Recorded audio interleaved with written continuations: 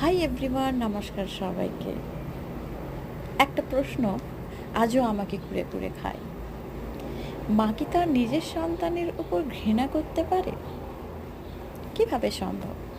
একজন মা তার নিজের বায়োলজিক্যাল ডটারকে ঘৃণা করতে পারে শুধু কি এই কারণে যে আমি নিজের পছন্দে বিয়ে করে ফেলেছি?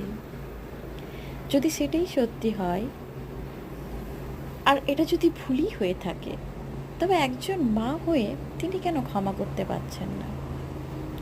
এতে কি নিজের ইগো নিজের নিজের সন্তানের থেকে বড় হয়ে গেল? আমি তো তার প্রথম সন্তান, তারই গর্ভে বড় হয়ে এসেছি আমি।